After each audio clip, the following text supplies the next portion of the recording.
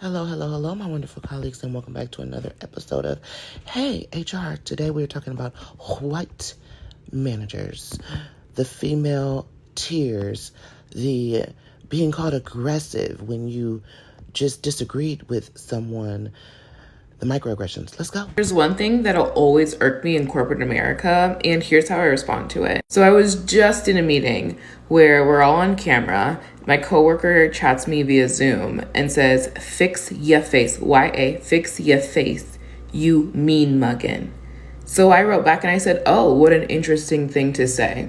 No emojis, no LOLs, nothing. So that person then backtracks and goes, "Oh, not mean mugging, rather disinterested." So I said, I would argue that everyone on the call looks like that.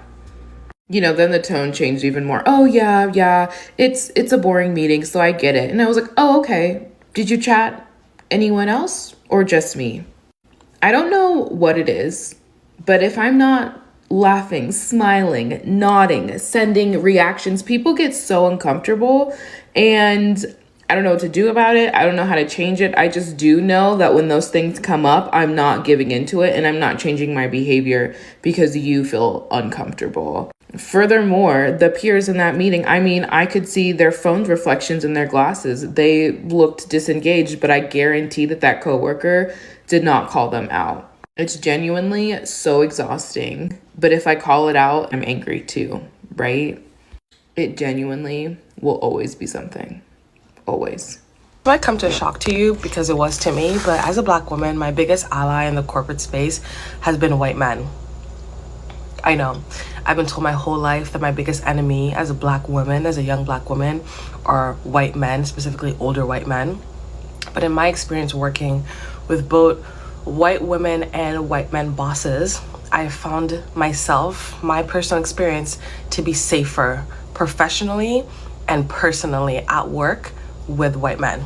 And it was definitely a bitter pill to swallow. My first few jobs were women bosses, and I wanted to look up to them. I still look up to them, their professional success, their successes as women, but I just felt like entering those spaces, I was guilty until proven innocent. I felt like I was hired to do a job and then I was entrusted to do that job. I felt like there wasn't really a lot of direct feedback. I felt like I was always messing up secret rules that I wasn't aware of, but they were very clear to them. And I just felt like, just in general, like I was always messing up. And then I would start messing up because you're in this sort of like psychologically difficult place. Now I work with a 2 white men supervisor. One of them is an older white man. And I'm giving so much freedom and space to do my work that at first I was a little bit nervous. But now I'm realizing how much good work you can do when you are trusted at work, when you're not being psychologically attacked by things not relevant to work and sifting through that in order to do your job. And just in general, feeling much more championed and safe as a woman of color. And granted, it could also just be like I locked out with this organization, like I get that. But I've also heard stories of my friends who are women of color just having difficult experiences working with other women, specifically white women, where they just feel like it's not professionally or psychologically safe for them to work there. And so when I first started working with white men bosses, I was like, this is definitely gonna be a change, but I was definitely nervous because some stories I've heard in the past of egotistical bosses and all that stuff, I definitely didn't get that.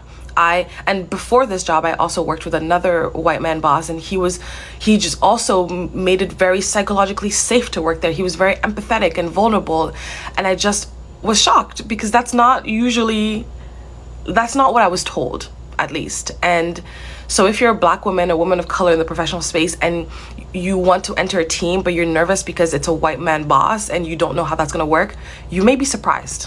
White women can do a lot in court that I really wish I could do. Oh, yeah. Interrupting judges, wearing Whatever.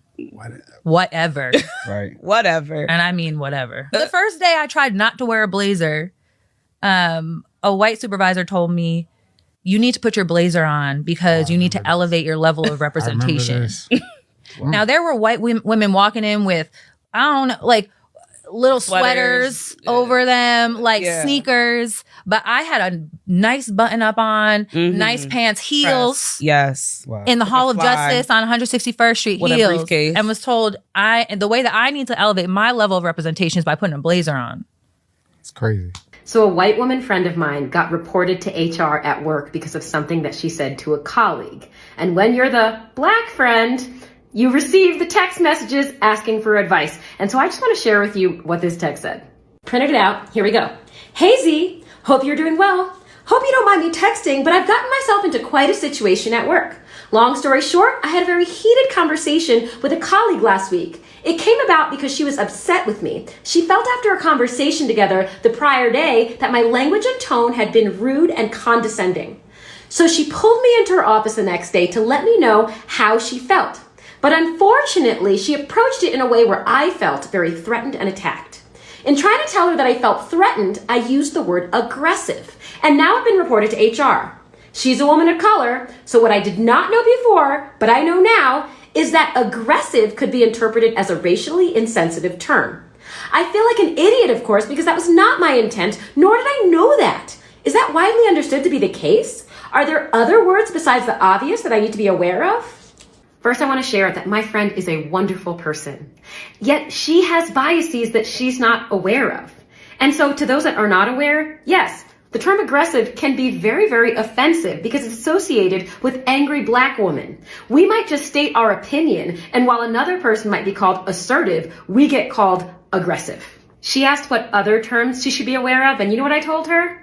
Google is a powerful tool. Also, read my book, Black People Breathe, especially the chapter called RESPECT at work. I got a follow-up text from her thanking me for my advice, saying that she had a really, really good conversation that was emotional with her colleague and that tears were shed, but it is all good now. And while I am so happy for her, I also had to share with her the complexity of white women's tears and these things happening, and then white women crying and making themselves the center of attention when they were the ones that committed harm. So I hope this was educational. And if you are somebody that's been called aggressive, I'm curious, how did that pan out? And if you are an aspiring ally, I ask you, have you ever called anybody aggressive?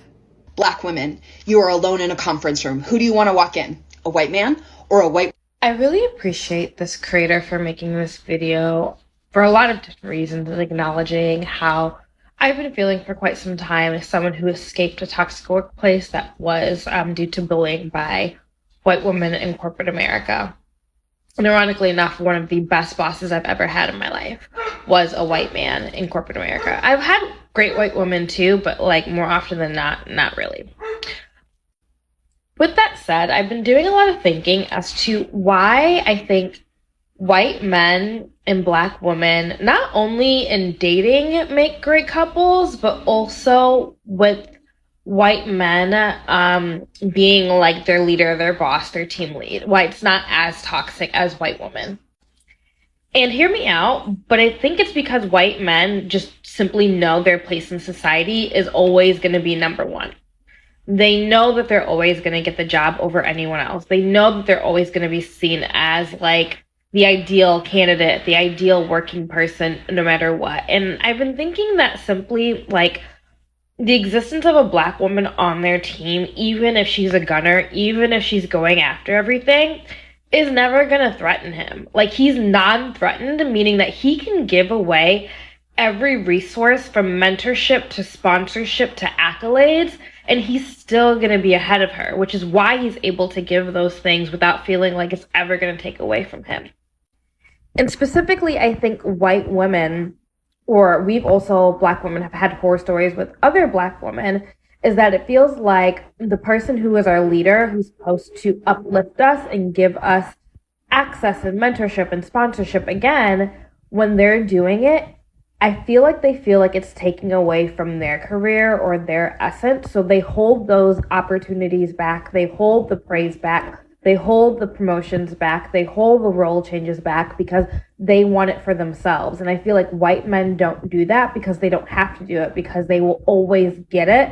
Even if they give that one opportunity to the next black girl, they know that their next opportunity is going to be equal and likely better just because of their position in society. And I think we should like really explore this a little bit more about who we're working for and what they're going to be able to offer us. Because like for me right now, as someone who is like transitioning careers, I'm specifically looking for a team lead or a mentor who's going to be able to open up doors for me. And if that's not something that you can do, I don't really want to work for you. Here are 4 things you can do as a white woman and an ally in the workplace. When a black woman leans in at work, and on the side you hear another colleague say something like, "Why was she so aggressive?" or some other stereotype, fight the urge to apologize on behalf of your black colleague. For instance, saying, "I understand, but," that validates the microaggression.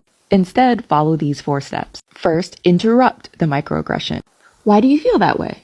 Then directly address the bias. That sounds like a critique of her tone and not necessarily her work. Then reaffirm your black colleague's work. She's doing her job. And finally, provide examples of constructive criticism that have nothing to do with feelings or tone. That way you correct the energy in the room. So as a recap, interrupt the microaggression, address the bias, reaffirm the black colleague's work, and then redirect the energy. Y'all, I'm coming on here to rant, but I promise y'all I'm going to be stating facts. If any black woman watches this video and you can identify with what I'm talking about, like the video, comment, follow, because it's ridiculous out here in these streets. Like, why is it that white women in leadership positions, I don't care if y'all feel away, y'all can feel away, because I feel away. You know why I feel away? Because y'all be doing the foolishness all the time. Okay? Why is it that white people in leadership positions as managers, supervisors, or whatever, always want to be like, "Is there anything I can help you with? Is there anything I can help you with? Do you need any help? What can I help you with?" Right? And then you might say like, "Hey, yeah, can you help me with this?" Or like, "If you did this and I could finish this," or whatever. Then it's like, "Oh, well, actually, you could just do this." Da-da-da. They put it back on your plate. They don't ever take nothing off your plate. They put it right back on your plate. And then they keep coming asking like a broken record, "Do you need help? Do you need help? You need help? Is there anything I can help you with?" You know what you can help me with? Getting up out of my face. Before I forget that I am a clinician and knock that word help up out your throat. I do not have the time, and I'm not making the time. You know why y'all are short staffed? Because y'all don't got no leadership skills. Okay, people is tired. Especially people of color. We is fed up. That's why there's 15 million people in the U.S. who is self-employed and black women is leading in that. You know why? Because we fed up because we don't got the time and we're not making the time. Because stop asking me, do I need help with anything, and you put it back on me to do. Y'all don't never want to help with nothing. Y'all don't got no leadership skills. Okay? You're in the position because of privilege 99% of the time. 99% of the time. If I'm lying, I'm flying, and I don't fly, so I'm not lying. I'm telling the truth. Okay? Because it's so ridiculous. Like, that's why y'all short staffed, because y'all nasty. Y'all is so rude. Like, I spoke to maybe 3 people today for a work-related thing, and they were so nasty, bro. So nasty. Yes, we're in a pandemic. Everybody's stressed. Everywhere's short staffed. But consider why you're short staffed. Because people are tired. We're in a pandemic. Anything can happen. You could die, whatever, from this COVID, Delta variant of the Delta, whatever the hell next week is going to be, Oscar de la Renta or whatever. Like, I just can't even, I cannot. So this is why people are like, okay, I was staying in this job before, and now they went on vacation, and they quitting, and they coming back. They're just like, we do not have the time. We do not have the time for the incompetence and the rudeness. Ciao. I have a theory about why black women and white women are having such a hard time getting along, and it starts with a story. When I first started teaching, I was in a teacher training program with 3 other women. 2 of them were black and 1 of them was Indian, and we started teaching at the same school, the same grade, at the same time. One of these women, a black woman, completely excelled. She did so much better than I did at literally everything. Classroom management, her test scores were high. She was excellent at literally everything. And something about her excellence didn't sit right with me. I just didn't feel good about it, and I couldn't figure out why I didn't feel good about it. It was internalized racism, but I didn't know that yet. So I had to sit with this idea of her being better than me and trying to figure out why it didn't feel good and feel comfortable for me. And of course, at the time, I didn't know that I needed to do the work of anti-racism, so I didn't think it was possibly because I could have internalized racism. I had to do a lot of study and thought about myself and what could possibly be making me feel this way about this woman. And here's what I discovered. Most of the media that I had consumed up to that point in my life had white people as the central characters. And the shows and other media that I consumed that had white women at the central characters often had black women as the side characters. These black women's role in these movies was to assist the white women, support the white women, advise the white women, but never to rise above the white women. Even shows that were about black women, like The Help, had white women as the central character and the black women as supporting characters. So I internalized the idea that black women were there to support me and to advise me, but not to rise above or become better than me. And that's why when this black teacher was way better and more talented than me, I felt some kind of way about it. Now, I'd imagine lots and lots more white women have also internalized the same idea, and that's why they feel okay stealing black women's content and not giving them any credit, because the black women are just there to advise them anyway. But most black women are natural leaders. Society has forced them to become leaders. And so we need to step aside and let them lead. Even if it means checking our privilege and letting them lead us. There are very few things on this earth, I'm taking my glasses off, that are harder to deal with than a woman in the baby boomer generation's ego. Obviously, baby boomers of all genders have ego issues, but the women specifically grew up in a time where in order to succeed as a woman in this world, they had to be cutthroat, they had to be domineering, they had to be aggressive, borderline mean in order to be taken seriously in the workplace, particularly corporate workspaces. I'm sure it's probably the same for blue collar workspaces, but I don't work there. I have struggled since I was 15 years old with middle-aged women. Middle-aged white women specifically, but yeah, middle-aged white women specifically. And I don't know what it is about boomers and their need for control and their need to have their name on something and their need to not listen to anybody else. But if you can figure out how to communicate with a boomer lady in a corporate setting, you are a god. You're like God level. You're like level 9,000 human being. They have the most challenging personalities I've ever experienced on this earth. I once had an employee with blonde hair and pale skin behave in a manner that just was out of alignment with our organizational values. So I attempted to correct that by having a performance conversation. And when that didn't work, I proceeded to a write-up with the assistance of HR. And what did she do? She went and tried to file a complaint of harassment against me, claiming that her black supervisor made her feel unsafe. White fragility is a macroaggression. I said it. It's something that nobody on this planet prepared me for. And we need to talk about it, because, like, why? For what? Why is a random 45-year-old woman named Linda beefing with me for no reason at all? And let me be clear, when I start a new job, I am a people pleaser. Like, I am overly nice. I want everyone to get along because I don't want to keep going through the whole repeated pattern of, like, oh, we're like a big family, like toxic corporate work culture thing that keeps happening. And it's literally the reason, like, I do freelance work now. I don't want to deal with these weird dynamics in workplaces. Because recently I went down a side of TikTok where it was like women of color coming forward and sharing that white women in corporate America were some of the worst people they have to deal with.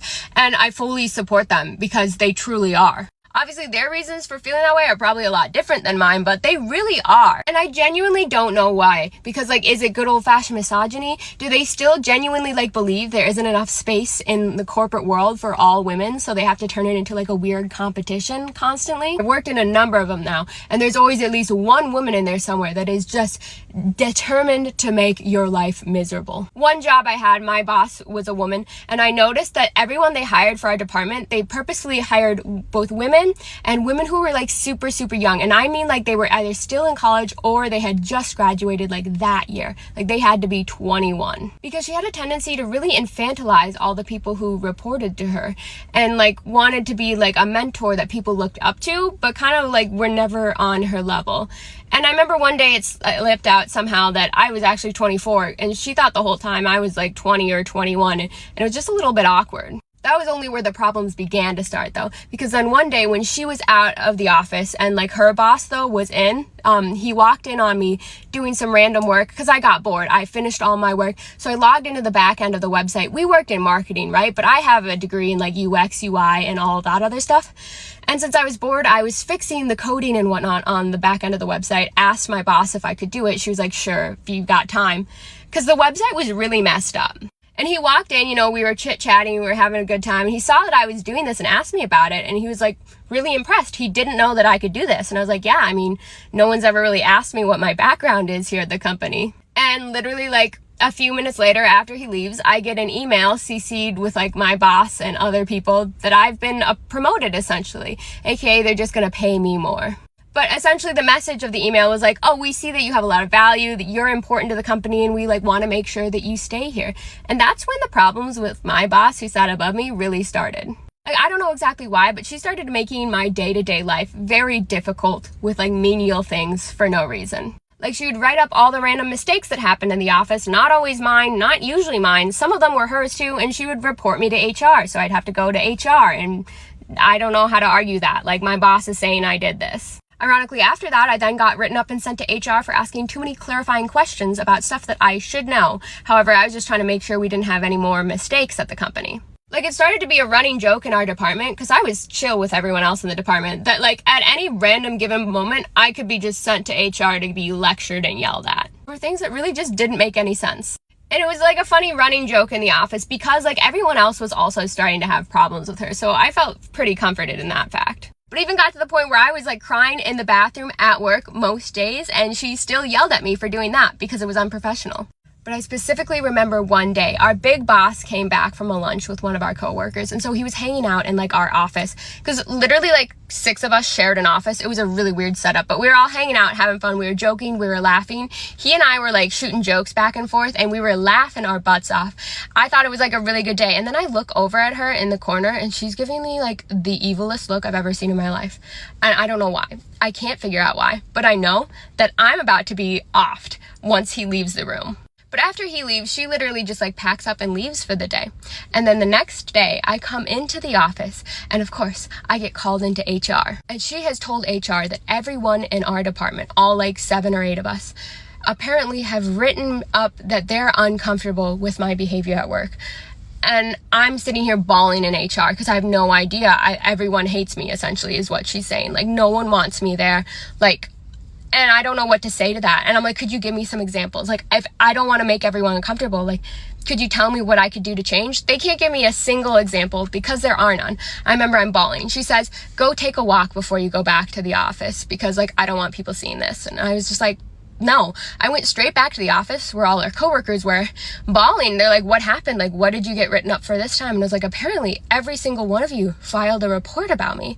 And everyone's looking at each other going, literally no one in here has ever complained about you once. And they were all so sweet and understanding and comforting to me in that moment. Like, I knew they were telling the truth, but I did not want to continue to fight this grown lady and our HR over this. So I just wrote like my 2 weeks notice, and I turned it in the next day and left the company.